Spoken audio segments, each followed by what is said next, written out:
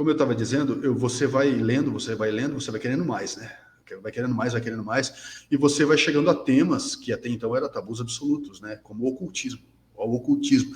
Ocultismo já é uma palavra que causa terror nas pessoas. Ocultismo, coisa do demônio, não sei o quê, coisa de que está fazendo. Pessoas estão fazendo coisas ilegais, coisas ruins, né? Por isso que é oculto. Mas, na verdade, esses livros, Eliphas Levi, Papos, Madame Blavatsky, são livros de pessoas que são auto-iniciadas, iniciadas nos mistérios, né? Então, elas se evoluíram muito. A Madame Blavatsky, para você ter ideia, não sei se você já ouviu falar, ela tinha uma coisa que eu tenho desde criança e eu não sabia o que era. Projeção astral, você conseguir sair do seu corpo. Que não é sonho. Não é sonho lúcido, não é sonho, é você verdadeiramente conseguir sair do seu corpo.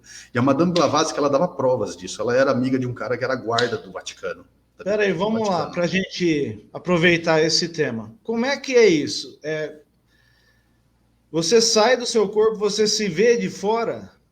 Ou você consegue ir para outro lugar e ver o que está acontecendo? Consegue ir para outro lugar e tudo, mas até você ter domínio disso é muito, muito demorado. E como eu era evangélico, as primeiras vezes que aconteceu isso comigo, eu era criança. E eu não tinha a mínima ideia do que era isso. E isso me dava um medo absurdo. Pode falar. Conta uma experiência dessa. E qual que é a relação dessa projeção astral com o sonho?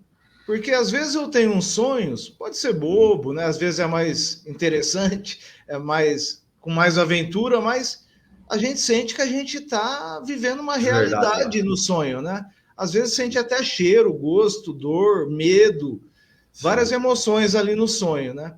Qual que é a diferença, então, dessas... Aliás, né, se for muito diferente, o que é o sonho?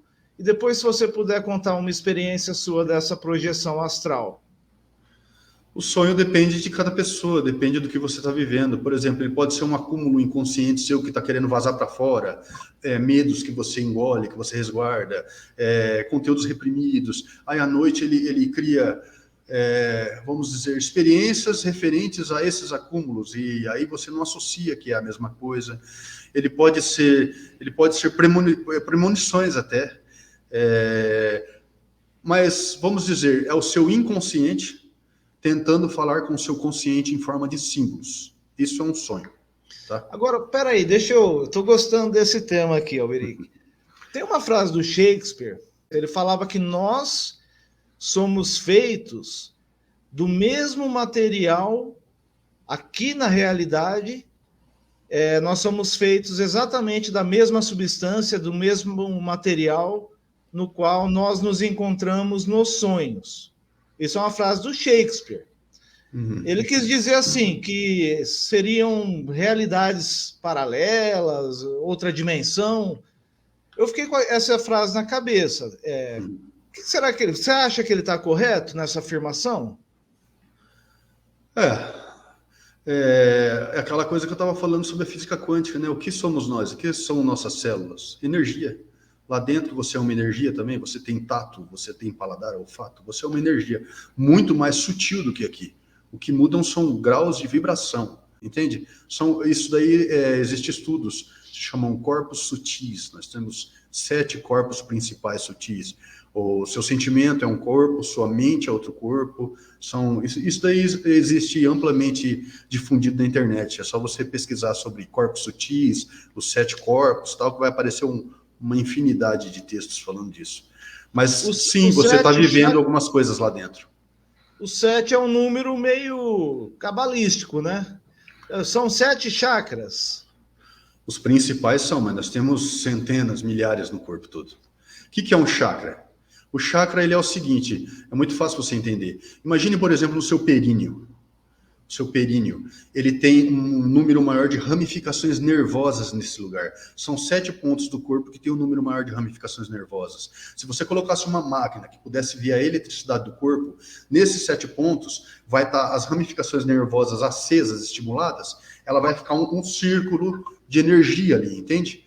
E tudo que tem um acúmulo na nossa realidade tem, por lei natural, criar um sifão. Então você vê lá os pontos de energia girando, um sifão e tal, mas cada chakra dá acesso a um desses corpos, né? Só que também é tudo mecânico. Tá. Bom, a gente vai falar sobre tudo isso, né? A gente não tem hora aqui, não, Biri. A gente combinou de fazer enquanto o papo estiver fluindo bem. Posso tomar uma cerveja? Opa, claro. Ô, Beric, mas você estava dizendo da projeção astral, né? Eu pedi para você, se você pode, né? Se não tiver problema, você contar alguma experiência que você já viveu de projeção astral. Explicar como é que é, você sai do corpo. Porque eu já ouvi Projeção. algumas histórias. Sim. Já ouvi algumas histórias disso. Antes de começar, eu vou terminar o que eu estava falando da Madame Blavatsky, que ela tinha um completo domínio sobre a projeção astral, e ela tinha um amigo que era a guarda da Biblioteca do Vaticano, e ela chegava a tal ponto que ela saía do corpo, entrava na Biblioteca do Vaticano, e ela falava assim, ela via um livro que tinha na prateleira, seção tal, número tal, um livro de capa azul. Ela acordava, ela ia lá e falava para esse amigo dele, ó, entra no corredor tal, na seção tal, e tem um livro de capa azul, pega ele para mim escondido para eu ler. Aí o cara ficava encanado, né? Falava, mas como assim? Ele ia lá, na sessão que ela falava exatamente, e o livro estava lá. E ele pegava e dava para ela ler, entende? Então são coisas assim que não tem como você falar, isso não existe, isso é mentira, isso... Existem provas dessas coisas. A projeção astral ela é assim, agora voltando para mim. Você deita para dormir um dia normal, tá? Ela acontecia esporadicamente. Isso daí tem a ver com sua energia no dia, com um monte de detalhes. Você deita na cama, eu vou dormir, que legal. Você entra numa coisa que se chama estado vibracional. O seu corpo fica paralisado, que é a tal da paralisia do sono, né? E fica um barulho de eletricidade enorme na sua cabeça. Parece que o seu corpo inteiro fica eletrificado. Você não consegue se mexer, você não consegue gritar, você não consegue pedir ajuda. E isso dá muito medo. Muito medo. Aí, depois você é arremessado para fora do corpo. E nem sempre é agradável o que você vai ver fora do corpo. Eu já vi coisas monstruosas, eu já tive muito tipo de experiência.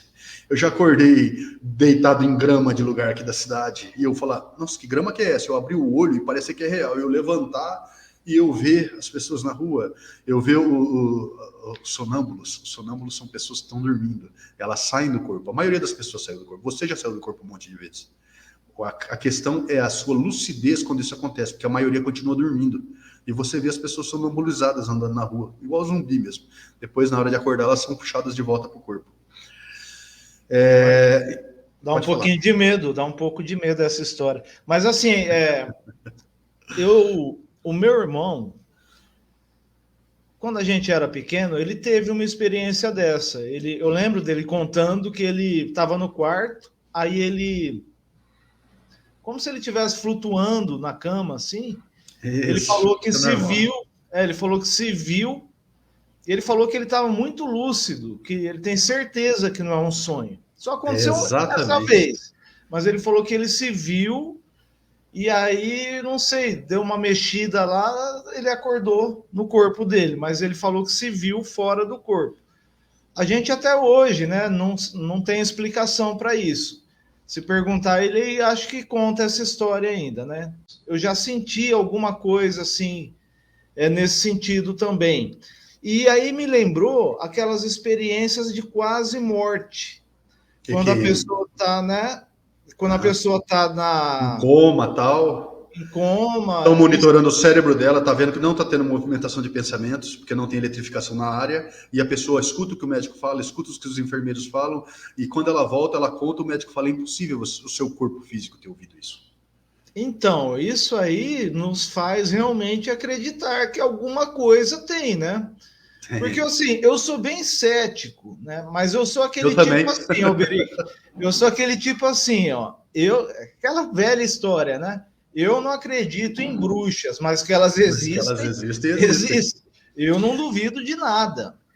Né? Então existe um outro ditado que fala assim, né? A única rocha que não pode ser abalada pelo ceticismo é a rocha da experiência. Quem experimenta a projeção astral uma vez, ela tem certeza que não é sonho, e você pode explicar qualquer coisa para ela, para falar que é coisa de invenção do cérebro dela e qualquer coisa, que ela não vai acreditar. A experiência é fenomenal.